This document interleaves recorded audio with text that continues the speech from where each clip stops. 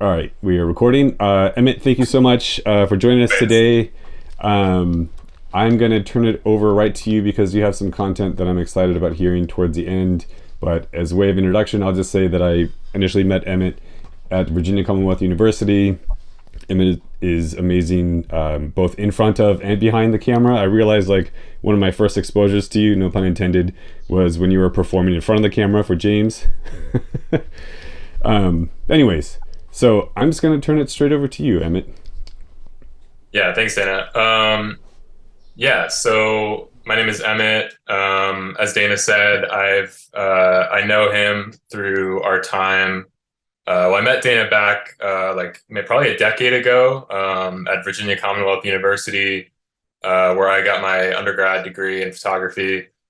I've been based in Los Angeles for the last 8 years now. And I've done a few of these talks for Dana, which has been really awesome. Over the years, it's been a really cool way to like take a step back and take stock of where I'm at creatively and the evolution of my work, but also kind of finding these new connections every time I get a group of work together for something like this. So what I'm going to do today is run through some of my most recent personal work, which I'm going to contextualize mainly through two different series and plans for zines I'm going to make this year, and use those to talk about the different threads and visual patterns and things that I practice personally. And then once I get through all that stuff, I want to focus a lot, if I can, on what I'm doing commercially or how do I pay my bills creatively, because all of the stuff that I make in my personal practice is not how I make money. I don't really make money from my art. It's more of a passion and a way to engage with the world and stay kind of curious about life and things around me. And however, I'm also super fortunate in that I live in Los Angeles, as I said, and I've been through a few different roles. I've had creative jobs the entire time that I've been here, and I don't always. Maybe I take that for granted at a certain point. And it is really awesome, and it's super lucky that I do, and I've been able to work in different positions where I'm engaging with photography or taking photographs firsthand, editing videos, sequencing things, curation, like all of these skills that can feed back into my personal work, but also what I'm doing personally all the time. And this is why I think maintaining a personal practice is really important for me. I'm able to bring all of my influences and my interests, my taste to whatever I'm doing out in the world professionally, let's say. So I'm going to try to get through the front half, which is all my personal stuff, which I think is all really fun. But yeah, towards the end, I'll have some examples of things that I've actually made in service or alongside different directors and artists and people that I've assisted for over the years. So I wanted to just give a starting point here with a few of the different zines that I've made. These are all super low edition, but I think they're nice touchstones for me when I look back at what I've been doing. And it's, even though for me, I think photography, and I'll talk more about this in a second, it's all kind of one long series. And these, when I divide them into series or different zines in this case, it's just a way to like mark a point in time. And ultimately, they're all kind of serving similar thematic content or visual content. But it's an interesting way for me to kind of put myself back in these moments and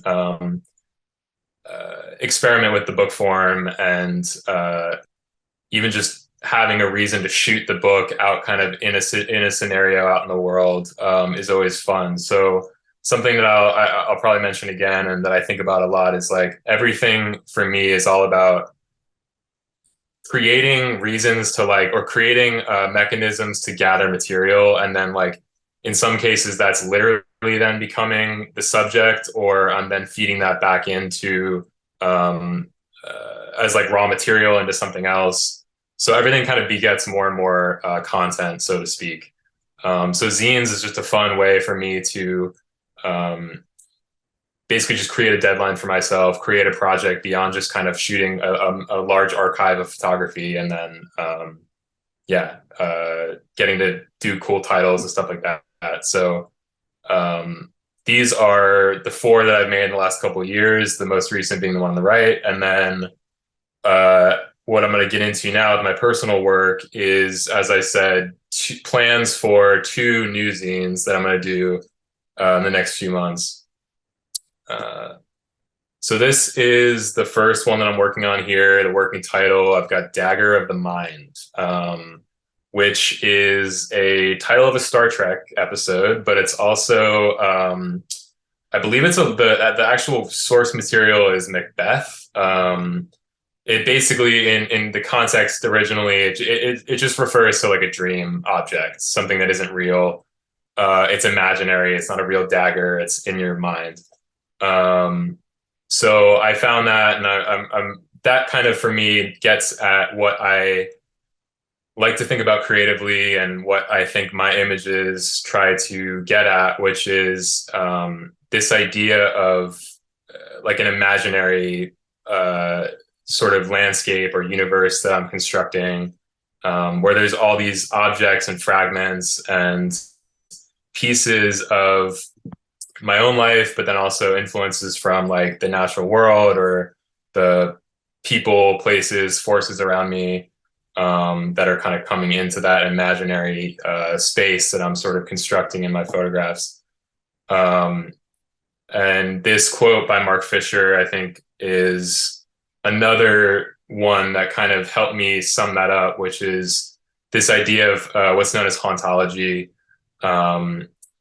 which is a philosophical concept that essentially is we're constantly haunted by, in like an abstract sense, haunted by, as you see here, what once was, what could have been, and what could still happen. So this can apply in like 100 different ways. It's talked a lot about with music, with like music and contemporary art that is engaging with like retro aesthetics, or maybe like these kind of near future aesthetics.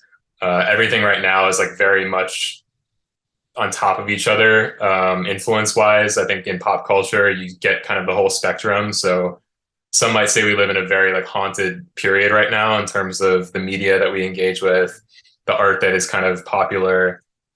So this, when I came across this idea, it started to help me think about this idea of the images I'm making as pieces of my own haunted landscape. When I talk about that landscape, I mean this imaginary kind of world that exists in my photographs, and all these images are bits and pieces of different scenes or different props and things that I almost think about it as like a film world where even though they're photographs, you're getting these moments that nod to maybe a bigger storyline, a bigger narrative, a certain character. The people in my photographs are usually fairly anonymous. Everything is very singular, focusing usually just on a single subject, a word that's been maybe pulled out of its original context, stripped away of a lot of excess passersby and things like that.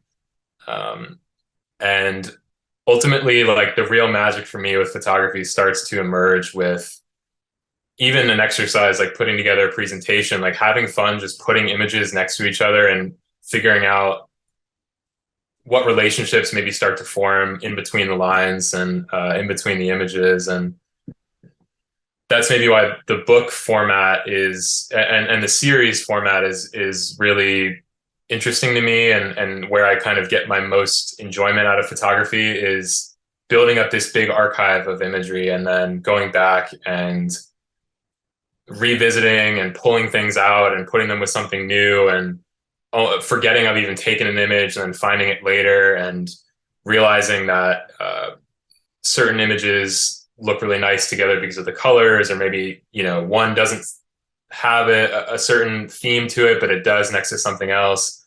Um, and so it's always a real joy for me to like, I'll change the format on my website constantly, or even just, like I said, putting together imageries in here, playing with the juxtapositions and switching them around and playing with like the endless combinations almost that can result from this bigger canon that you build up for yourself, and then creating new stories like all the time.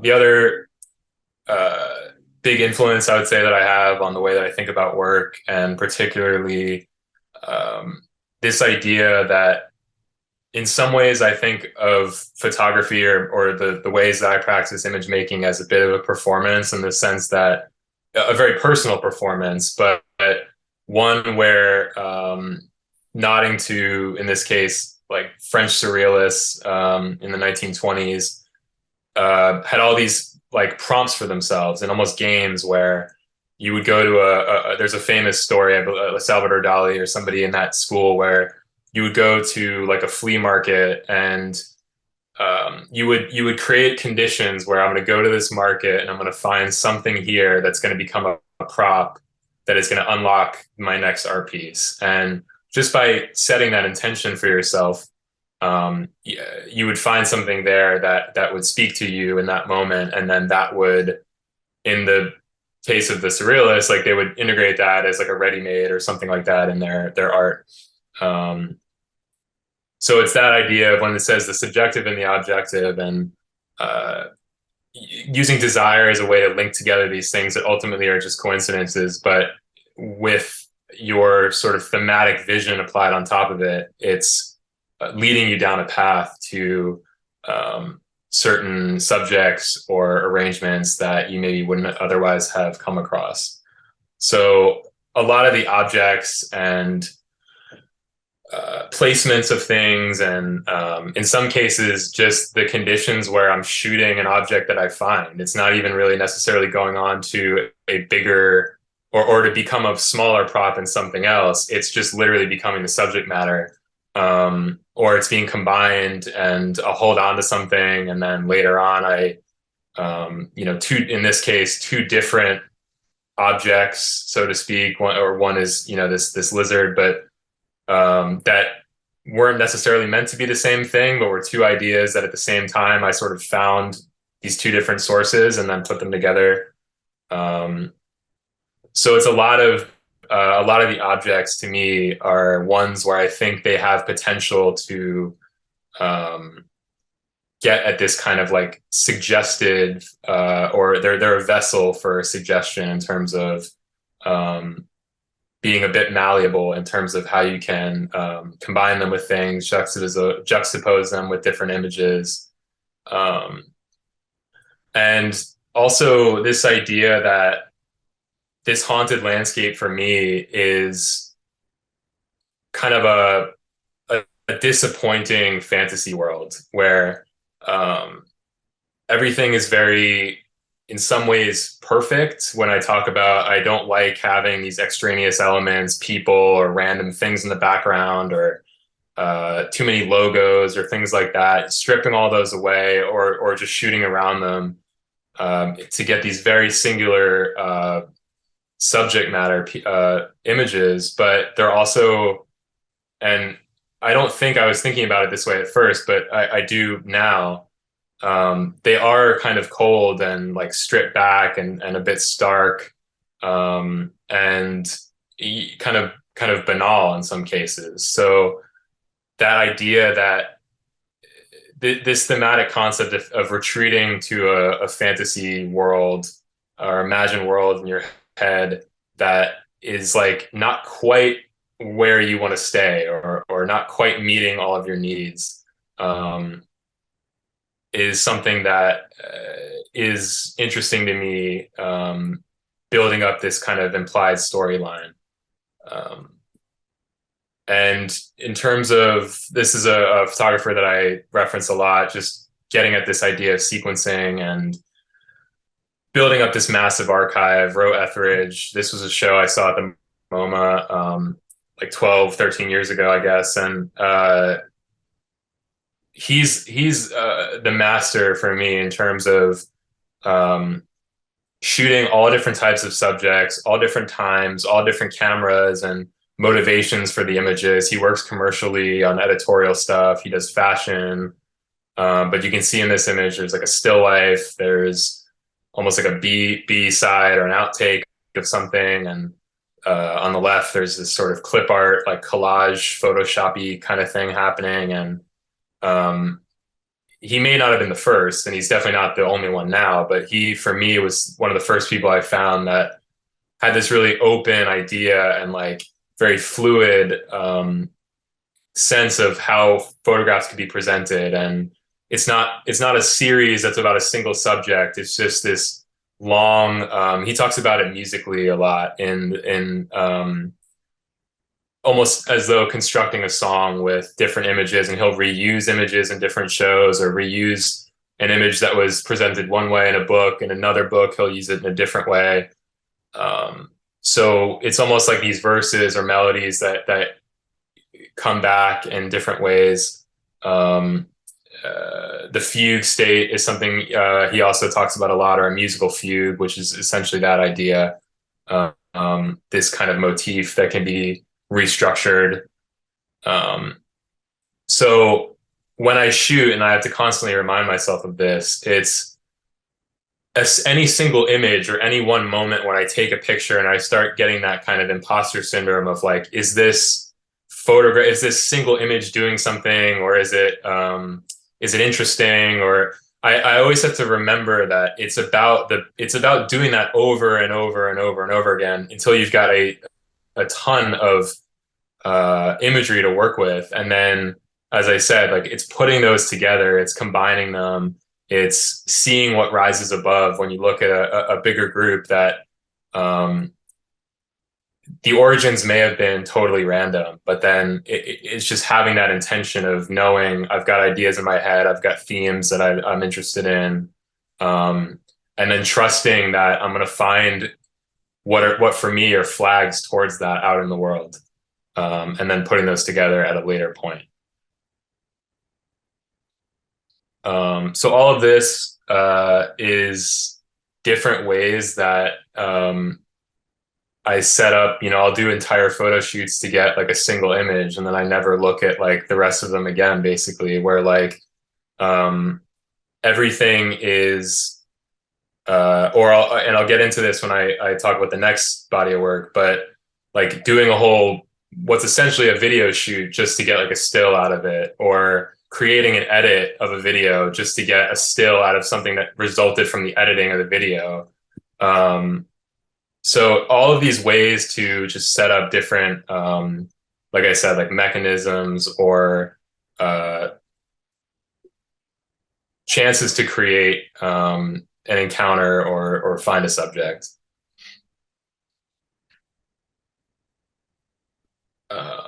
So the second body of work here, and this is going to be all stuff that is shot on camcorder. But this is my second book zine that I'm working on. The Halfway Curse is my title. And what I love about the camcorder is, and this gets back to that very directly engaging with that haunted idea. Obviously, there's that lo-fi aesthetic. It's a retro aesthetic. But there's all these ways that it's very easy to experiment for me. And here you'll see this in a few, like the jagged kind of under image that's sort of breaking into the other image.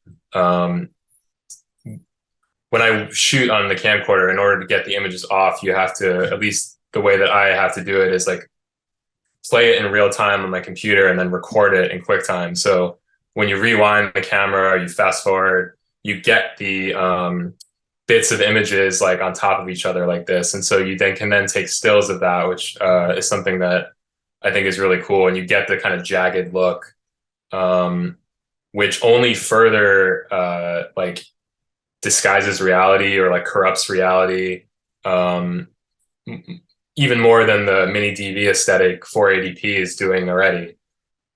So it's like everything to me like looks interesting through the camcorder, where you get this like compressed view of your subject, and there you can kind of hint at things more, and it's more abstracted. And I'm still playing with like the unreality of it, so like cranking up the saturation of them afterwards, or uh, um, finding ways to like engage with uh, like I said, doing video shoots that then lead me to stills. And then that same idea of gathering a whole archive and then combining them into different juxtapositions, different series,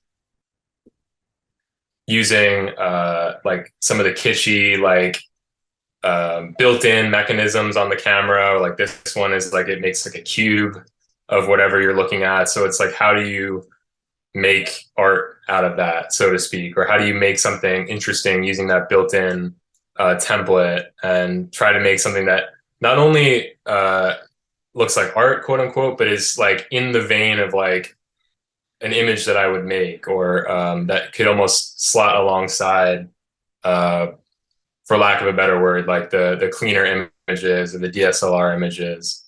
Um, and when I said like making an edit just to get back to a still, like this image in particular was I took all camcorder's video to begin with, but typically I'll just pull the stills out of the footage. So I'm shooting more to get the stills. So I'm not really shooting like I'm shooting a film. But in this case, I actually did have a whole, not a film, but I shot a whole scene with different angles and kind of takes that I was doing, and then made this little edit. But then in the end, and like it was more just to get the data moshing that would then come back, and just I ended up liking the still.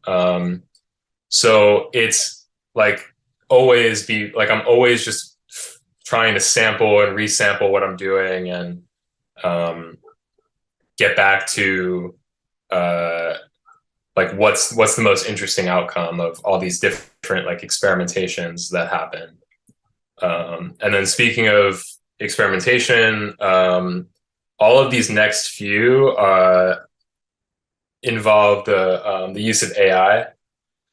So, as some of you maybe already do, I certainly have been the last like 8 months messing around with image generators, and I had done a little bit of just like the playing around with getting imagery out of it, and at a certain point, I started to I got the idea to experiment with like using the AI, but then diluting it, or putting it through the camcorder aesthetic. So what I've done with all of these is use the AI, and I've used a few different ones, Stable Diffusion, DALL-E, and create images straightforward. And then I basically just film my computer screen, and you know, use different angles, zoom in and out, and then later in post, as I was saying, like kind of glitching it and remixing it through the built-in methods of the rewind and things on the camcorder, which kind of hides some of the weird like imperfections of the image generator. Like on that left one, like the hand looks really weird in the actual photo, but you can't really tell when it's so like lo-fi, and it has the kind of glitchy look to it. So it's an interesting way to like the AI prompt doesn't have to be that perfect, because it's more just getting you this base layer that then you're working on top of. But it's more interesting than that to me, in the sense that I'm trying to make things that look like stuff I could shoot on my own, but also it's a bit of a shorthand, or it's a bit quicker, and it's just getting me that raw material to work with. So I'm trying to create things that look like they could be in the same series, and maybe I don't tell you which ones are AI. And whether it's AI or not, it's still for me serving the bigger thematic idea, this fantasy, this like disappointing um, fantasy world. And the AI, though, obviously, this idea of interfacing very directly with the machine, the simulation, that thing, something that's creating an artificial image, um, is in that sense very directly relevant to my interests. So some of these like not quite fully resolved, but yeah, that's kind of where I'm at with the AI. So actually, that left one is not AI, but the one on the right is. So this idea that like it puts everything on a similar level aesthetically in terms of being able to slot in and out and not. I don't like the idea of it being like, oh, this is my AI work and this is my non-AI work. Like it's just for me a way to sample media, just in the same way that I would, shoot a piece of trash on the ground or take an image or a piece of text out in the world and singularly kind of sample it through a camera um, using AI in that same way. Okay, so that's kind of all my personal stuff. There's way more to see on my website if you want to check that out. Um, this is where I think it's a bit more interesting from the perspective of, thinking about being a student. And, I would love to hear about what is someone actually doing out in the world that is making them money, that is also creative. And as I said a little bit earlier, in the time that I've been in Los Angeles, I've had a few different creative jobs, but all helping me build and all influenced by the work that I was just showing you and the ideas and the practices that I've set in place for myself as an artist. I've worked for directors, producers, and different artists out here, galleries, and doing everything from like creating pitches for people to being on sets, to music videos, and doing like production assistant work. My current job, I'm like editing video, shooting video, directing. So kind of the whole gamut of like pre-production to post-production. And in a lot of cases, which has been really rewarding, like working very closely with like a director or an artist and helping them like shape ideas and being able to apply my taste or my eye in terms of curation and aesthetics or whatever, and helping bring ideas to form. So I'm going to show a few examples of they're called decks, I guess, in the industry. They're basically pitches for like different music videos or campaigns, fashion editorials, stuff like that. And just kind of show briefly like, oh, this I just yeah. So this is that's me on the top right there. Like one of the jobs I had like my first year living out here. I was on set and wound up in some like tabloid on the internet. So just as like when you make these pitches for people, and a lot of this came through, I was sort of freelancing, but I was working mainly with one producer who would feed me out to different directors that she was pitching for campaigns or for music videos a lot of the time. And what happens is, a lot of the time, actually, I would receive like just an email with some text in it, and then a folder of like 100, 200 images. And it was kind of like, make sense of this in like 20 pages and figure out a way that we can show all these things, present this idea. In some cases, I had to write more text or make it read, it would be very loose notes sometimes. And then I had to sort of write it. This is pre, AI script, copywriting.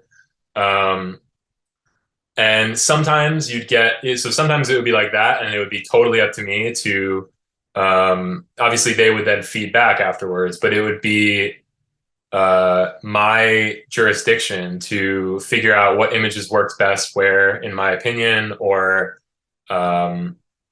curating like what's going in and what's not going in, and making the title pages, and that stuff was always like the most fun, because you would I would be able to do it really quickly at a certain point, because I would have this structure in my head of how these things work, and um, knowing how these things start to form and how they look, what are the standards of these like industry wide, and having these things that in some cases they were sending me images, but there would be a lot of times where it would be um, they would say we need more references, or we don't have any references, or here's a handful but we need way more. So I would then be able to use my own influences, or know like certain films I like, or different music videos that I enjoy. Like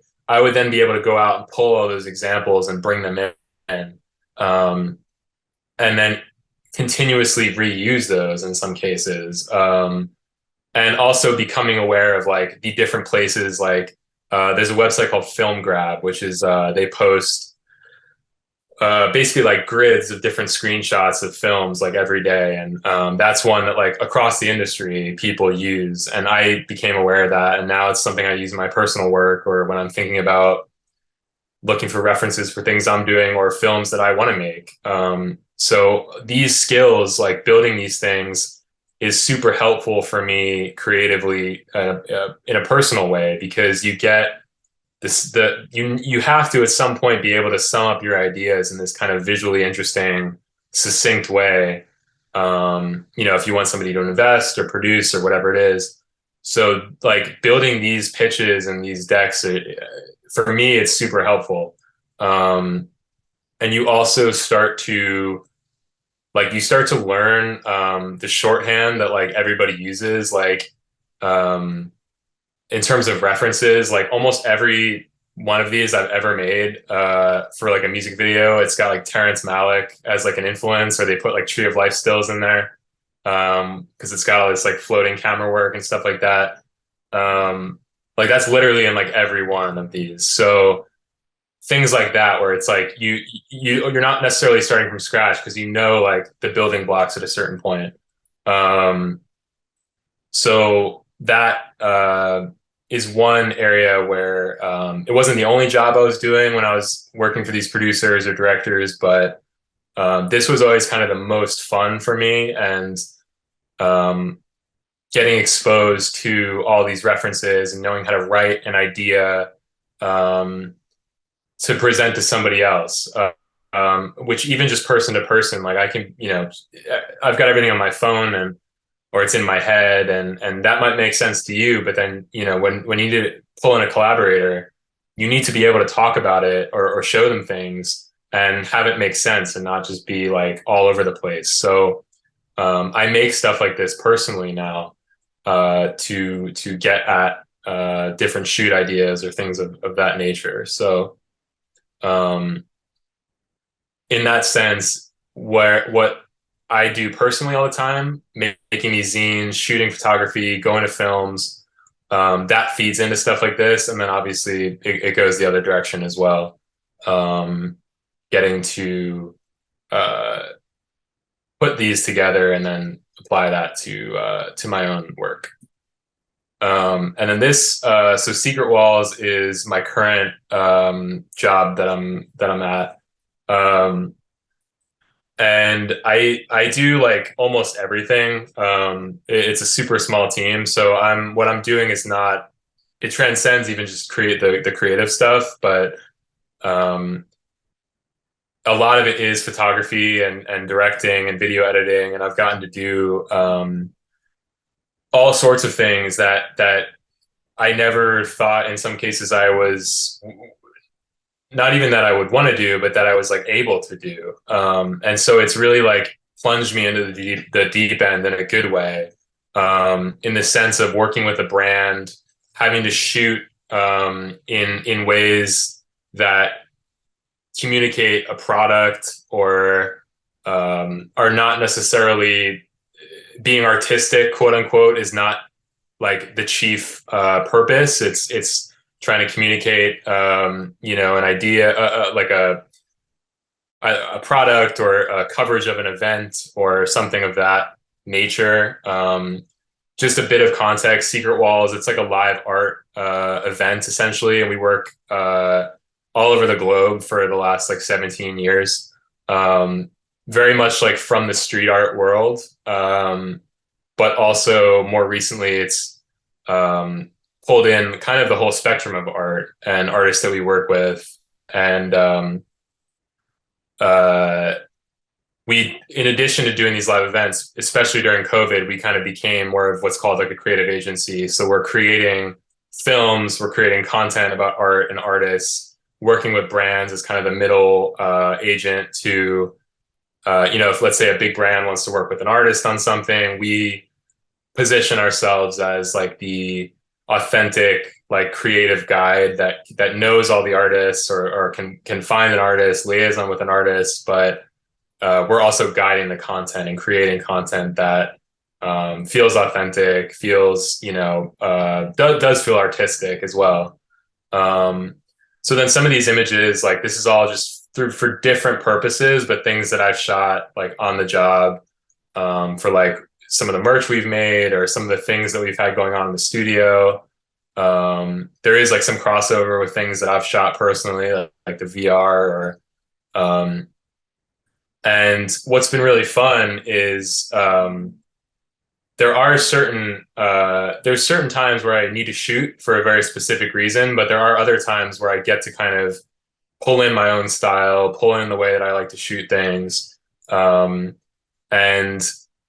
it's been a really good exercise in like the turnarounds are a lot faster. Like normally when I work, it's like I'll shoot for like years and then like curate a zine out of like years worth of images. Like a lot of times with brands, like you're shooting something and in some cases it's being posted like that day or the next morning, or you've got like a day to edit a little video for Instagram. So with all things, like nothing's perfect, but especially like when you're in a brand kind of context, you have to strip away that layer of like perfectionism, or things aren't going to be like maybe up to all of your like aesthetic standards or things of that things like that. But there are moments where looking back the last like 3 or 4 years that I've been there, there's a ton of examples where I've been able to shoot something in a way that even though it's more in a brand world, it feels like I'm just shooting like what I would normally shoot. So that's been really awesome.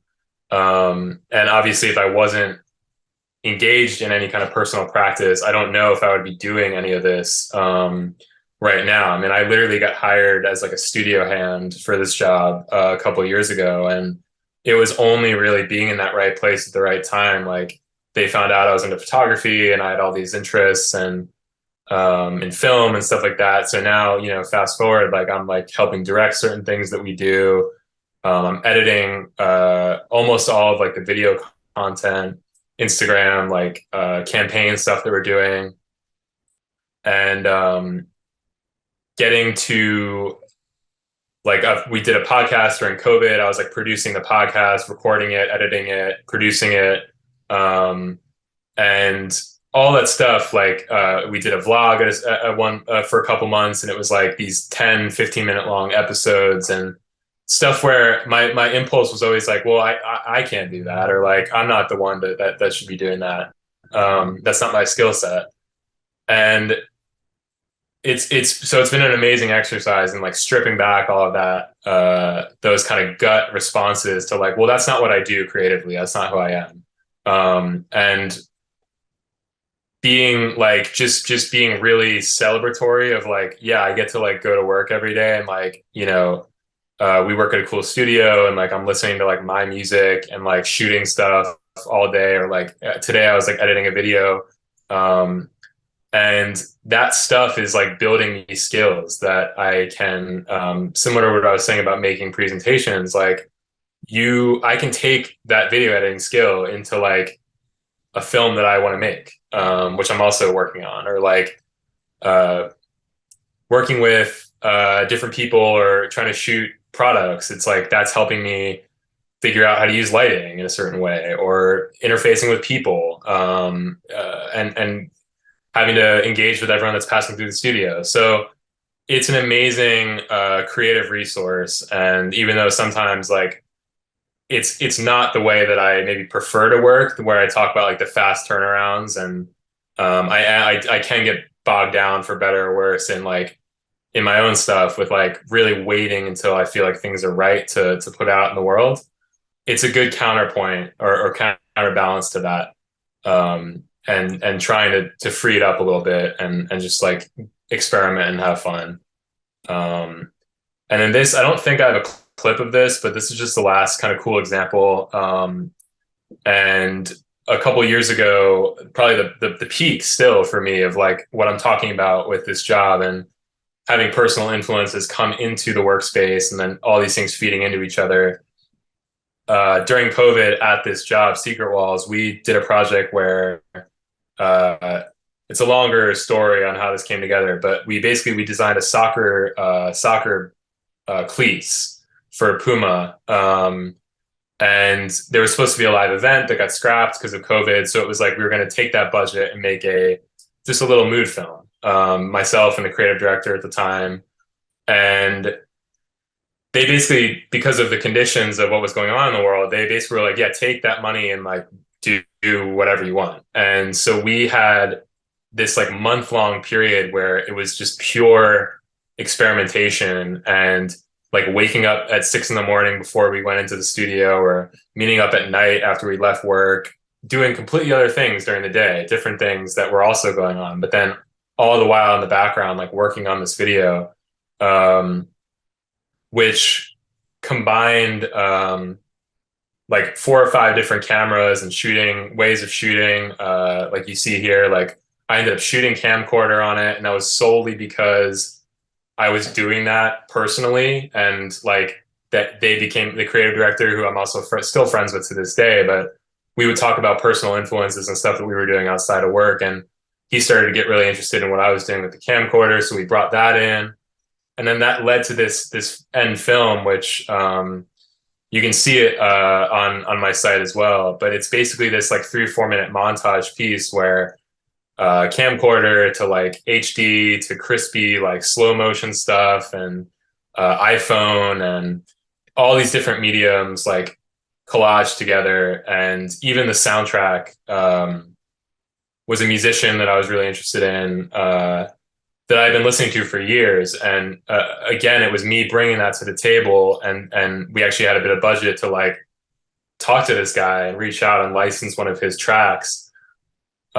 Which is like a dream come true for me, because it's all of these like niche things that I was interested in, suddenly like having relevance and being able to, be used in a way that like I always thought was just going to be like the stuff that I was doing on my own. So that like was a super awesome, like, and still is this like, I still love this video, and like it was a really amazing touchstone for me of like all of the different things that I enjoy, and that convergence of personal and professional and niche and like mainstream, and all these things coming together for what was literally basically a commercial for a soccer cleat. Like, and I don't even like know about soccer. So just being open to like, where you're being led, and like being open to those opportunities, but also, as I've said, like I'm always working on things personally, and sometimes it's not as balanced as I would like. Sometimes I end up doing way more stuff that is kind of my job creativity versus my own.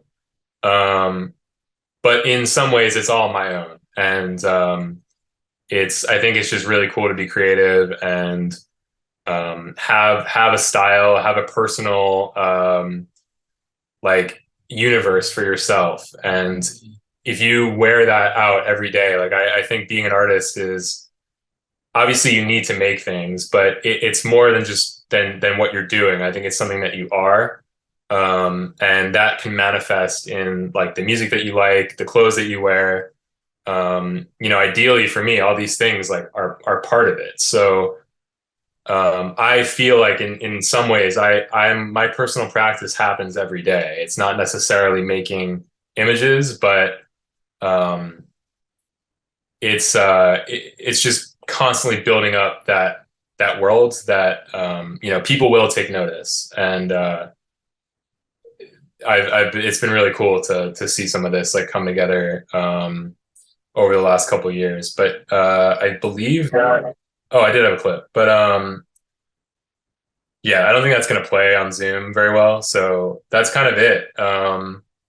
And yeah, it's been super awesome to look through this stuff. And I guess Dana or Natasha, if you guys have any questions or want to chat a little bit. Emmett, I have a million questions, but I don't know. You're here, Natasha. Did you want to? I mean, this is so cool that it's us three. I mean, it is getting recorded, but like, this is wild. I feel like this is as close to like sitting with like fellow artists at a coffee shop, like specifically you two. Anyways, yeah, Natasha, do you have any questions? I guess like I was trying to think about how to phrase this, so it might not come out the best way, but like so when you're thinking about like gathering objects to bring together to compose an image, do you ever have like times when you're like, oh, this would work really good with this, but like I don't know, and you just kind of workshop it in your head for a while and then you do it, or like I don't know. See, like it's kind of a weird question. Do you do that? How long do you do that for before you're like, I need to actually make this image? I Yeah. have I have a super similar, like, how much do you do in your head, and do you work something to death and be like, no, actually I'm not going to do that, or do you just do it because you know the value of just doing it, it might produce some unexpected results? Yeah, I sympathize with that It's question immensely. Yeah, and that I mean that's I think it's a really cool question. Like, it's a little bit of like both things that you just said, Dana, where like sometimes it is about just like, hey, I found this thing or I've got this thing, and today I woke up and I remembered that I had this object. I'm just going to do something with it today. So this get that for me calls back to that the French surrealist quote where it's like, I'm going to set the intention today that I'm going to make something with this object. And um, a lot of times, like if like there's a bit of workshopping, Natasha, to your point, like sometimes, and there's been examples that aren't in this presentation for this reason, but like there's examples where I try to combine certain objects, or I think an object can be used as a prop in a certain way, combined with something else, and I do a shoot and like it just doesn't work at all. And sometimes that's just a matter of I gotta wait, and then a year or two later, when I've done a bunch of other stuff, suddenly there is something now that from that thing I didn't think worked that's speaking to me.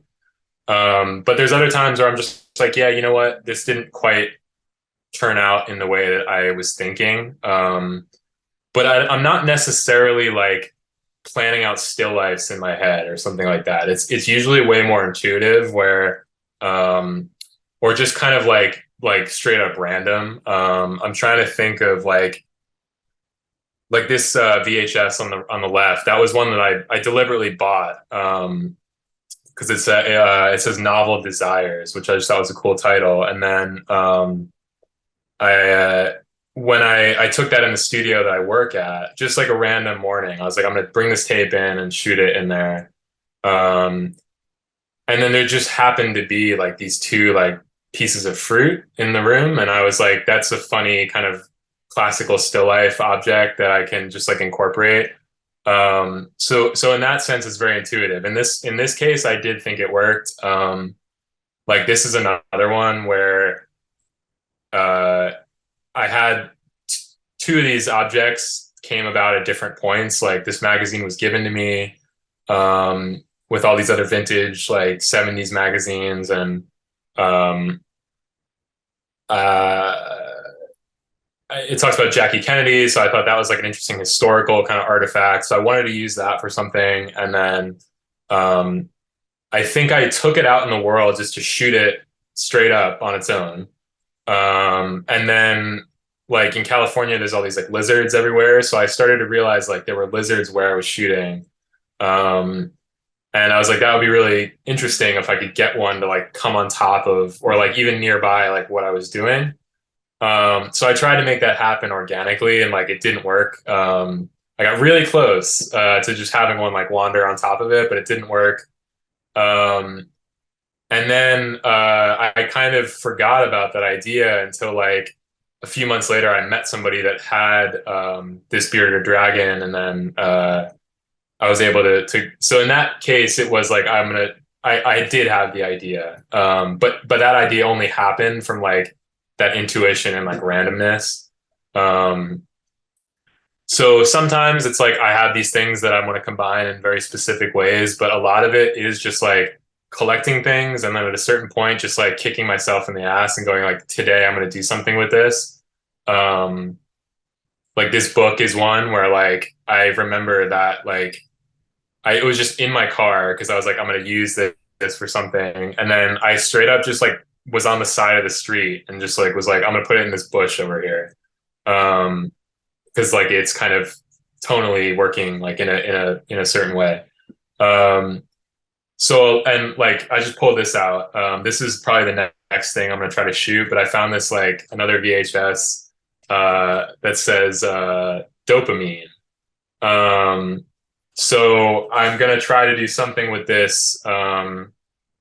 And it's it's gonna be at some point I'm gonna just find a backdrop for it. And but to your point, Dana, I think it's like it is sometimes a matter of like, I'm just going to shoot this, and even if I don't think it's quite, oh, is that lighting right, or is this the right setting for it, it's like I'll find like I hate something initially, and then like I love it once I've done enough other stuff that I forgot about it and I come back later. So um that's a lot of times it is just like trusting in that, make just do the work in terms of gathering the material, and then later on um, you'll find the ones that work for you, and I'll find the ones that don't work. But I'm not usually like shooting something again and again trying to get a very specific object photograph.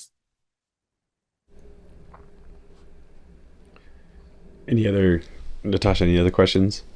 No, I don't have any. I don't want to hang on to you too long, Emmett. But I think I asked you this last time, but it just must like grow constantly. So like, how do you wander through your archive, both physical objects and images, and especially digital images? Like, do you just have buckets of stuff at your house? Like I also have like libraries and libraries of digital images, and it's so hard to go through in a organic sort of exploratory way, which I feel like, or what is your process for that? Like working with turnaround periods that are like multiple years. How does that work for you? Yeah, I mean, a lot of it, like, and I don't love like I don't always love like sitting in front of the computer, even though that is kind of where all this sequencing and stuff tends to happen. So I go through periods where I'm just shooting and kind of dumping, and I'm not really engaging with it beyond that, up until the point where I kind of change, like invert those approaches. And then I'm doing a lot of stuff where I'm digging through shots and I'm not shooting as much new stuff. I'm always trying to, and I'm trying to do this now. Like I'm always trying to be in the habit of like constantly carrying something that I can shoot with. That's like beyond my phone. I'm not always great at remembering to do that. But yeah, I basically just have like folders and like, year folders, and I sort certain things. Like there are certain ones where, it is a shoot that I've set up, even if it's just to get like a few different ideas. So I can group it like in that sense, like shoot by shoot. But some of these ones where it's like, random objects, like I've just got those in like basically just like kind of random object folders that I date. And then there's like a wider, catalog, Lightroom or whatever. that, yeah, I mean, every now and then I just kind of go through it, and even like putting this together, like um, images that in some cases I know they're there and they're just not quite doing it for me yet. But then other times suddenly I'll look back and I'm like, oh, now I really like that. Because of whatever new reason I've got for searching for it, or whatever deadline project I've like set for myself.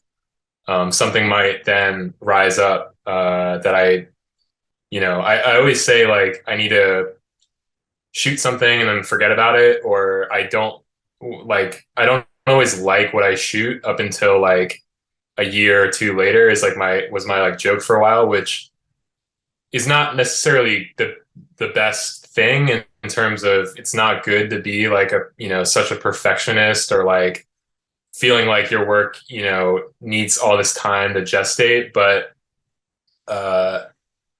it is a process for me of like, yeah, just trusting that as long as I'm gathering this stuff, at a certain point, like some of it, like I said, will start to make sense. And then that's on the digital front. And then, I mean, in terms of the objects, like a lot of them are pretty small, so I don't necessarily hold on to all of them like forever, but or in some cases they're not things that are mine. Like it might be someone else's thing that I happen to be there to take the photograph of it.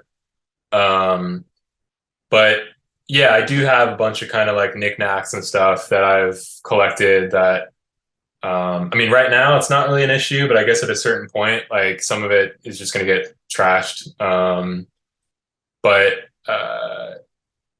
yeah, there are certain objects where, or they might, there might be ones where if it's like something I found out in the world, like I don't actually physically collect it. I just kind of collect it in the photographs. So it's not exactly like I have a ton of stuff like sitting around in my own space, but in some form, these objects are like being collected. And then, like I said, digitally, it's just, yeah, a big catalog that I'll continuously every now and then, or periodically, I should say, like just go through and add to it. And then every time you add stuff, I just see if, I'll work on the new stuff, but then I'll also go back and see if anything else is now kind of reacting to what's been added.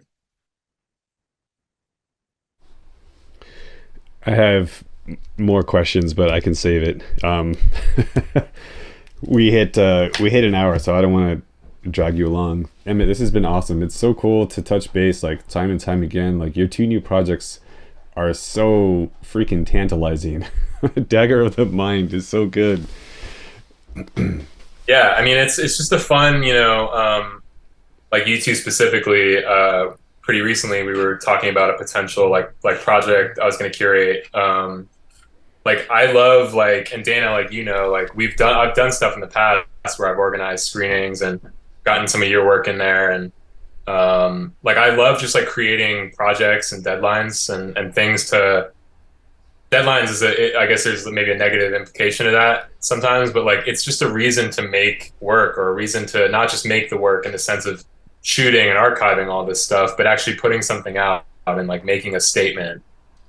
Even if that statement is just like a 10 to 20 edition of like a zine. That, a series, like calling it a series, giving it a title, like that's for me where like, like that's what I point to when I talk about the work that I do, or the narrative that I build. And so all that stuff is just like fun ways to like not just shoot all the time, but like feel like, not just feel like, but actually just make something and make it physical, and go from digital to physical, and then shoot that zine and, create more photographs out of that. So it's all just, yeah, like I said earlier, like content creates more content, and it's a fun, like I love bringing other artists into that as well where I can, and organize like different exhibitions and things like that. So yeah, and stuff like this is always another great example of that, like getting to getting to talk about stuff that I like and stuff that I make with people that, you know, are my peers is super awesome. So I thank you for that opportunity as well. Yeah. Well, I mean, thank you for making yourself available too. Cool. I'm gonna wrap it up. This is awesome, Natasha. It's so good to see you. Yeah, Emmett, it's good good to see you you. too. When are you guys gonna come visit me here? We have space. Hopefully very soon. Nice. That would be so cool. Cool. All right. Well, yeah. Thank you again for your time, Natasha. Have fun in the lab. You're gonna start processing now. Yeah. Good luck. Thank you. Cool. Thank you. All right. Yeah, I'll talk to you two later. Bye. Cool. Yeah. Bye.